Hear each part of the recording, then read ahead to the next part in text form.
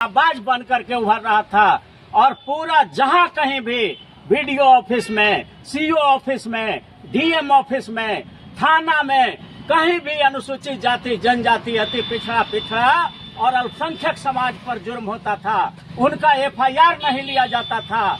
उन मोटे मोटे अमीर लोगों से पैसा लेकर के गरीबों को सताया जाता था थाना के द्वारा।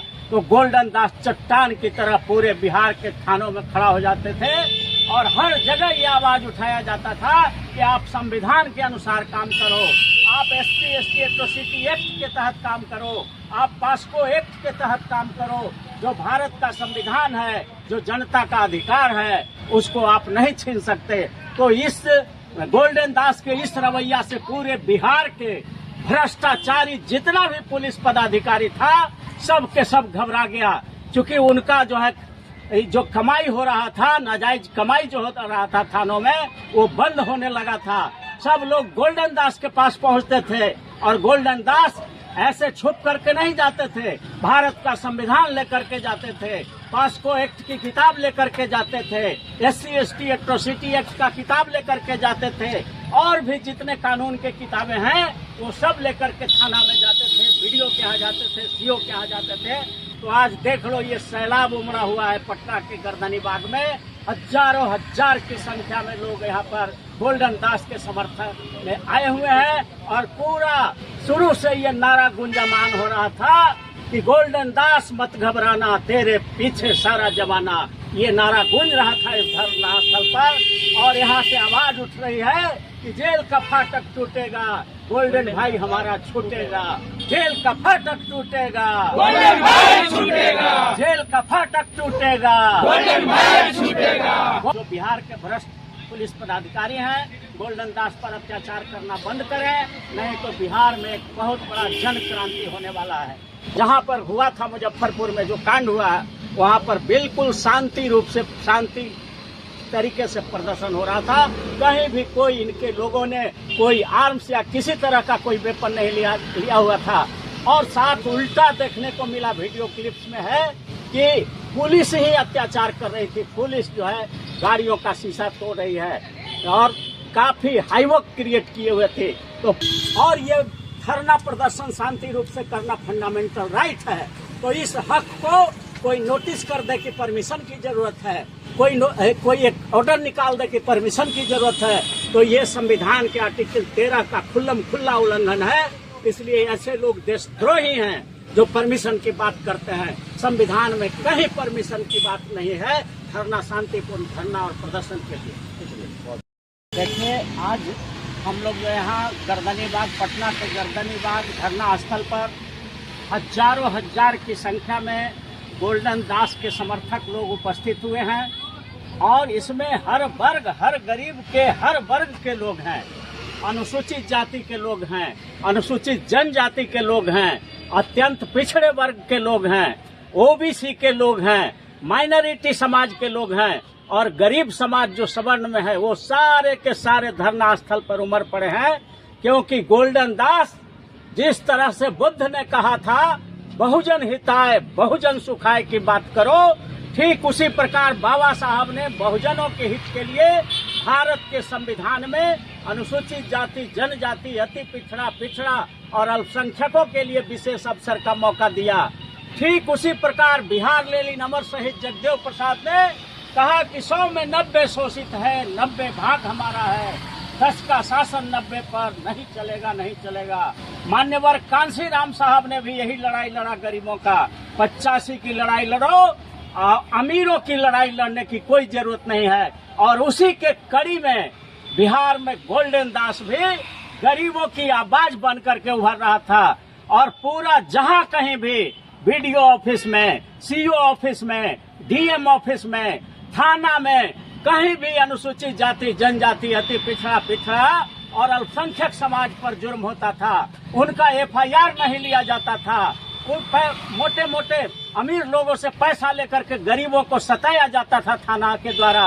तो गोल्डन दास चट्टान की तरह पूरे बिहार के थानों में खड़ा हो जाते थे और हर जगह ये आवाज उठाया जाता था कि आप संविधान के अनुसार काम करो, आप SC/ST एट्रोसिटी एक्ट के तहत काम करो, आप पास्को एक्ट के तहत काम करो। जो भारत का संविधान है, जो जनता का अधिकार है, उसको आप नहीं छीन सकते। तो इस गोल्डन दास के इस रवैया से पूरे बिहार के भ्रष्टाचारी जितना भी पुलिस पदाधिकारी था, सब के सब घबरा गया, क्योंकि उनका जो कमाई हो रहा था, नाजायज कमाई जो होता रहा था थानों में, वो बंद होने लगा था। सब लोग गोल्डन दास के पास पहुंचते थे और गोल्डन दास ऐसे छुप करके नहीं जाते थे, भारत का संविधान लेकर के जाते थे, पास्को एक्ट की किताब लेकर के जाते थे, SC/ST एट्रोसिटी एक्ट का किताब लेकर के जाते थे, और भी जितने कानून के किताबें हैं वो सब लेकर के थाना में जाते थे, BDO के यहाँ जाते थे, CO के यहाँ जाते थे, और सिर्फ यही काम करते थे कि भाई जो भारत का संविधान कहता है, जो IPC कहता है, जो एविडेंस एक्ट कहता है, जो SC/ST एट्रोसिटी एक्ट कहता है, जो पाक्सो एक्ट कहता है, उसी के तहत आप काम करिए।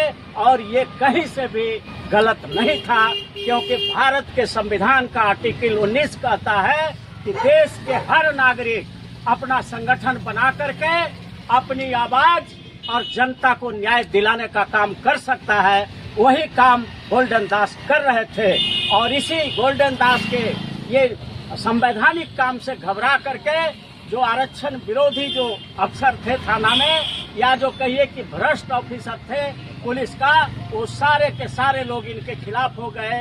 तो आज देख लो, ये सैलाब उमड़ा हुआ है पटना के गर्दनी बाग में, हजारों हजार की संख्या में लोग यहाँ पर गोल्डन दास के समर्थन में आए हुए हैं। और पूरा शुरू से ये नारा गुंजमान हो रहा था कि गोल्डन दास मत घबराना, तेरे पीछे सारा जमाना। ये नारा गूंज रहा था इस धरना स्थल पर, और यहाँ से आवाज उठ रही है कि जेल का फाटक टूटेगा, गोल्डन भाई हमारा छूटेगा, जेल का फाटक टूटेगा, गोल्डन भाई छूटेगा, जेल का फाटक टूटेगा, गोल्डन भाई छूटेगा, गोल्डन दास मत घबराना, तेरे पीछे सारा जमाना, गोल्डन दास मत घबराना। तेरे पीछे सारा जमाना। तो इन्हीं बातों के साथ मैं ये कहना चाहता हूँ कि जो बिहार के भ्रष्ट पुलिस पदाधिकारी हैं, गोल्डन दास पर अत्याचार करना बंद करें, नहीं तो बिहार में एक बहुत बड़ा जन क्रांति होने वाला है। बहुत बहुत धन्यवाद। नमो बुद्धाय, जय भीम, जय भारत। अपराधी भी बताया जा रहा है गोल्डन दास को सर। ये अपराधी बताने वाले लोग खुद अपराधी हैं, क्योंकि संविधान के तहत काम करना कहीं से कोई अपराध नहीं होता है।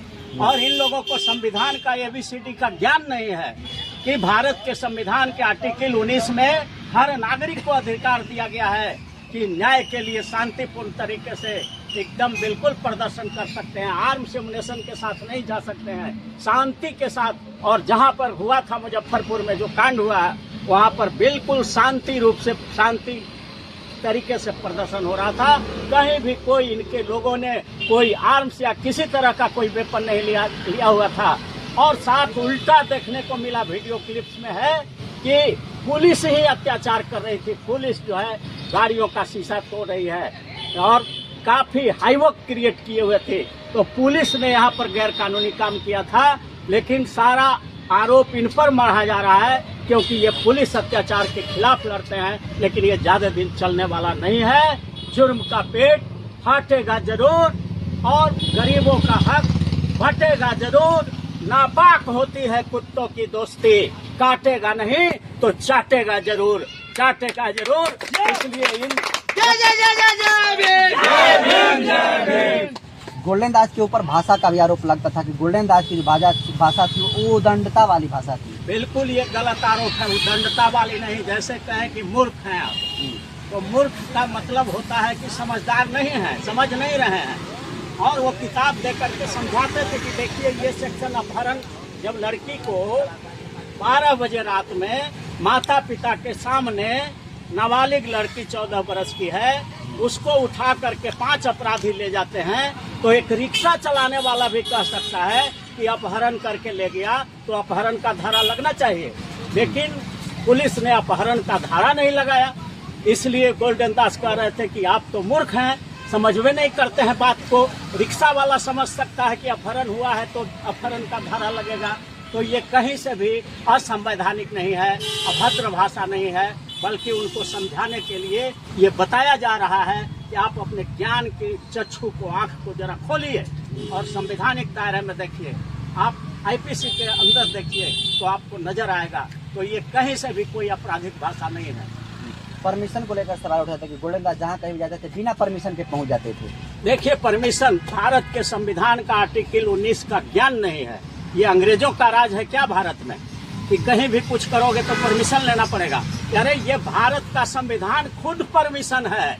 आर्टिकल 19 पढ़े, जिसको ज्ञान नहीं है एबीसीडी का भारत का, वो आर्टिकल 19 का सब क्लाउज सब पढ़े। उसमें हर नागरिक को अधिकार दिया गया है कि अपने मांग को मनवाने के लिए आप शांतिपूर्ण तरीके से धरना कर सकते हैं, प्रदर्शन कर सकते हैं, किसी को जाकर के समझा सकते हैं।